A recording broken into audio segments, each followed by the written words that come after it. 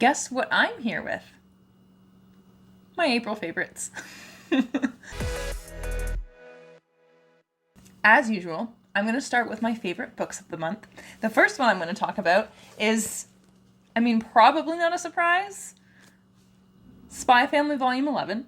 I'm not going to say really anything about this for various reasons, one of them being that I've talked about these mangas a million times. Every single time I've read one, it has shown up in a favorites video. But this was no different from all the other ones. It was delightful. It was hilarious. It brought me so much joy. I loved it so much. The next book is The Tale of Despereaux by Kate DiCamillo. In my March favorites video, I talked about The Miraculous Journey of Edward Tulane by the same author, and it broke me. It was beautiful and wonderful, but it tore my heart to shreds. I didn't know who this author was. I've actually heard of the books, the other books that she's written, but I didn't know it was the same author. And I was at a used bookstore with my friend and saw this, realizing that it's the same author that wrote Edward Tulane. It's the same cover art style as Edward Tulane, which was cool, and it's in perfect condition.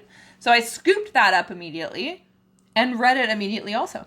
Now this is less of a sob fest than Edward Tulane. So if you're afraid of having a sob while you're reading, if you don't want to cry so hard, but you still want to read something wonderful and delightful and quick and also young, The Tale of Despereaux. You can read this one instead. You should read both though.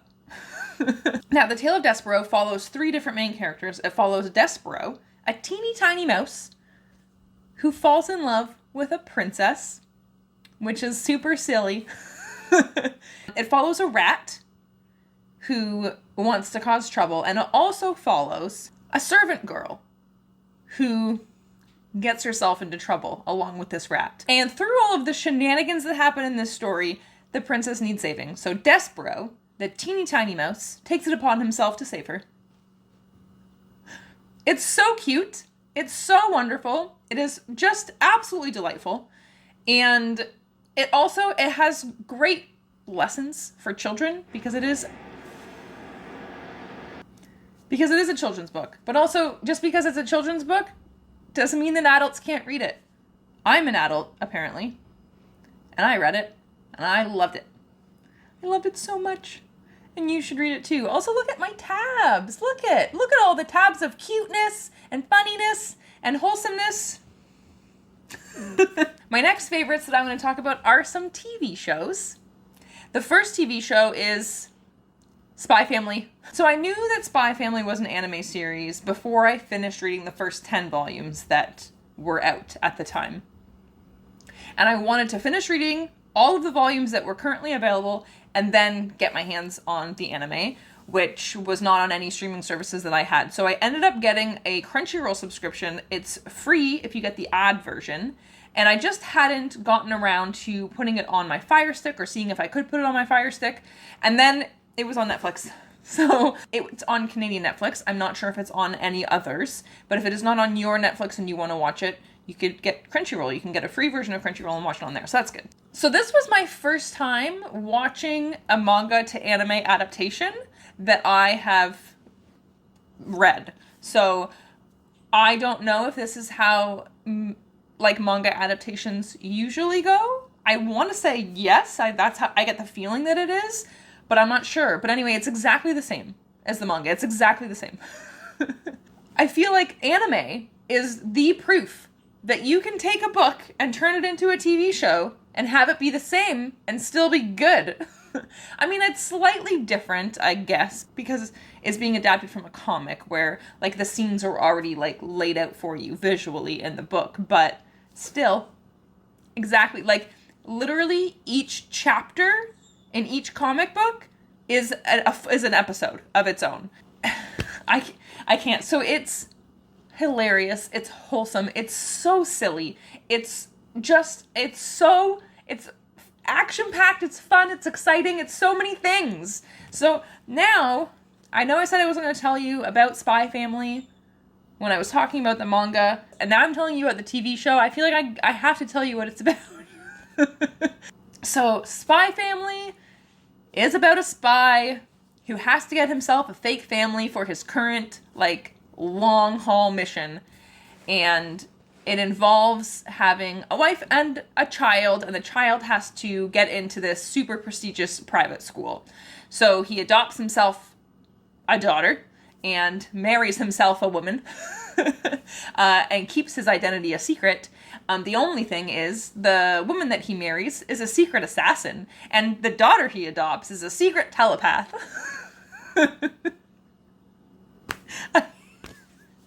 It cracks me up just explaining it.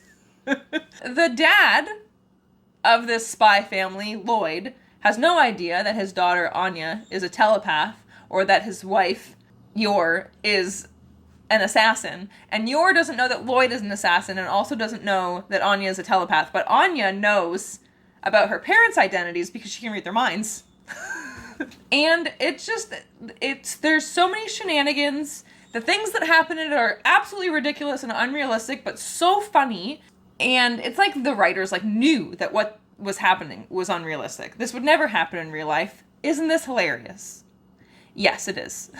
The only thing I want to warn you about is one thing that I'm disappointed in, which I know I only like talking about my favorites, but I want to warn you because I want you to be aware of it and then push past it. Is that the person who plays Anya is clearly an adult pretending to be a very young child, and she is putting on a young child voice, and I do find it hard to understand sometimes. I have to put on subtitles a lot of the time so that I know what she's saying. She's I think she's only 4 or 5. She's pretending to be 6, but she's younger than 6. And out of all of the characters in the show, all of the children in the show, she's the only one who's putting on a younger voice. Everyone else is just using regular voices. So it is a little annoying and a little hard to understand, but please don't, if you want to watch it for all the other reasons, please don't let that stop you from watching it, because it's delightful, and Anya as a character is amazing. I love her so much. She's my favorite in the books, except for maybe Bond, the dog, is my favorite. I'm not going to tell you Bond's special secret, because you don't find it out until very farther into the show. But Bond has a secret too.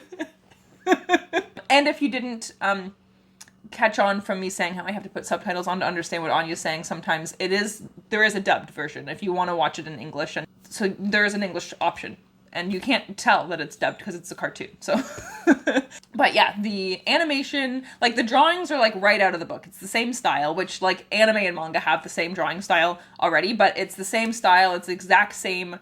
The characters look exactly the same, except it's in color, and it's absolutely delightful, so wonderful. I definitely will be watching this show again, and I cannot wait for the second season. I love it so much. It brings me so much joy. And the next TV show is season 15 and 16 of RuPaul's Drag Race. I actually used to be obsessed with RuPaul's Drag Race when I think it was season 8 had come out, or when it at least had come out on Netflix. So I think it was usually Netflix whenever shows come out from TV, they're about a year behind. I feel like season 9 was just finishing up when season 8 was put on Netflix, but it doesn't really matter. I'm pretty sure it was season 8 when it came out on Netflix, and I was obsessed. And so I went back as far as you could on Netflix, which was season 2, and I watched from season 2 all the way up to season 7, and then I watched season 9 and 10 and 11 and 12 when they came out, and then I watched All Stars, and I listened to RuPaul's music all the time, obsessed. And then for some reason, I completely forgot about it. I stopped watching it during the pandemic. Whichever season the finale ended up being done on Zoom, I didn't watch the finale because it was the height of the pandemic, and I just didn't want any more super big reminders about what was going on. When I watched TV, I kind of wanted to escape from that, so I didn't want to watch people having to film this amazing show all separate from each other because of COVID. I just couldn't do it. So I never actually watched the season finale of, I think it was maybe season 12, but whichever one was aired in 2020. And then after a while, I just forgot that it existed, really, to be honest. And my mom and I were scrolling through Crave, and it was one of the suggested shows. And I was like, oh my God, I forgot about RuPaul's Drag Race. And so we just watched the most recent season, which was season 16. And got my mom hooked, which is fantastic. But we actually didn't realize how new it was because the finale wasn't out yet. So when we got to the end and we couldn't watch the last episode, we went back and watched season 15 while we waited for the season finale of season 16 to come out. And then the finale of season 16 came out before we were done season 15. So we watched that and then got spoiled for who won season 15 because I completely forgot that the previous year's winner crowns the new year's winner. So doesn't matter. That's okay. It was still really good to continue watching season 15 after. But here's what I love about RuPaul's Drag Race, especially the later seasons. This is a very big thing in the later seasons, not so much the earlier ones. So if you want to watch the show for the things that I'm going to mention, don't start with the earlier seasons. But it has evolved so much over the years. So much. The types of things that they're looking for, the way that they judge and critique the queens, and the things that they judge and critique them on, have just completely grown.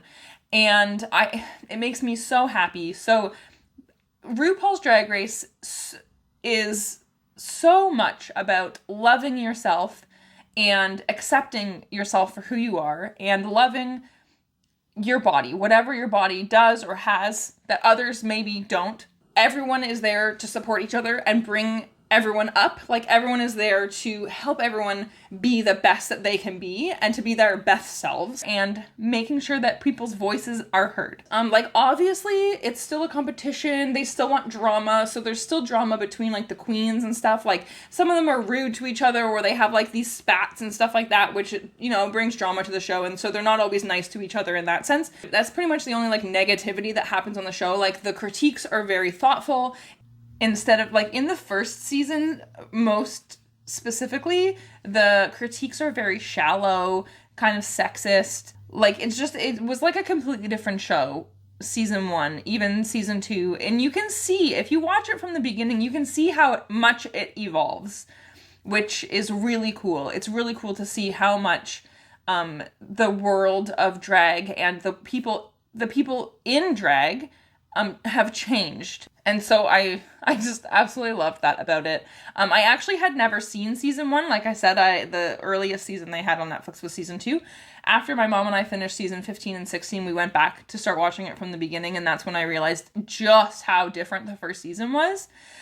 So you can absolutely go watch the first season. It's still cool. And it's very interesting to see, again, like I said, how the show grows and how different things that weren't accepted before are not just accepted, but encouraged now. So, like, for example, in season 1, I think it was in season 1, I tried to go back and find the clip and I can't find it, but during one of the critiques, one of the judges told someone, "Good job contouring your nose down." So, like, good job making your nose look smaller, because it should be smaller. And in season 15, one of the judges told someone, "It looks like you contoured your nose to look smaller." And she said, "Yes, that's exactly what I did. That was the goal." And she said, "Why would you do that? Your nose is beautiful." And she was like, "Well, I respectfully disagree." And everybody on the judges panel was like, "No, I love your nose. Embrace your nose. Don't make it look different. You have a beautiful nose." I know it's hard to accept if you don't like it, especially if it's different from other people's, but you are beautiful and your nose is beautiful and don't hide it. And so it's things like that are just, oh, so good. Also, as you get into the later seasons, the costumes are more elaborate. The challenges are more elaborate, and their makeup and their costumes become more of an art form, and it's so cool to see the performances and the challenges that they do and the different costumes that they have to create. Like, a lot of them are made from scratch, and it's so fabulous. Everything about the show is just fabulous. Even when it gets into the later episodes of the season, when there are less people left and they can do more intricate challenges, they always make me cry because they always do such an amazing job, and I'm so proud of them, even though I don't know them. And I love RuPaul's Drag Race and pretty much everything that the later seasons stand for. Also, just so you know, getting into it, it does have a lot of, like, sexual innuendo content. So there's a lot of, like, raunchy sexual comments and stuff that are made for, like, humor and stuff like that. But yeah, I mean, yeah, it's just the kind of humor that they have. And my favorite queens from season 15 were Marcia, Amethyst, and Mistress. And my favorite queens from season 16 were Dawn, Q, and Saphira. And I just want to give an honorable mention. It's like probably my favorite queen of all time. I feel like it sounds like an honorable mention because it's from season 1, which is definitely not a favorite season because of the things that I mentioned before about how season 1 was much more shallow. But Nina Flowers, I love Nina Flowers so much. I think she is my all-time favorite queen from RuPaul's Drag Race.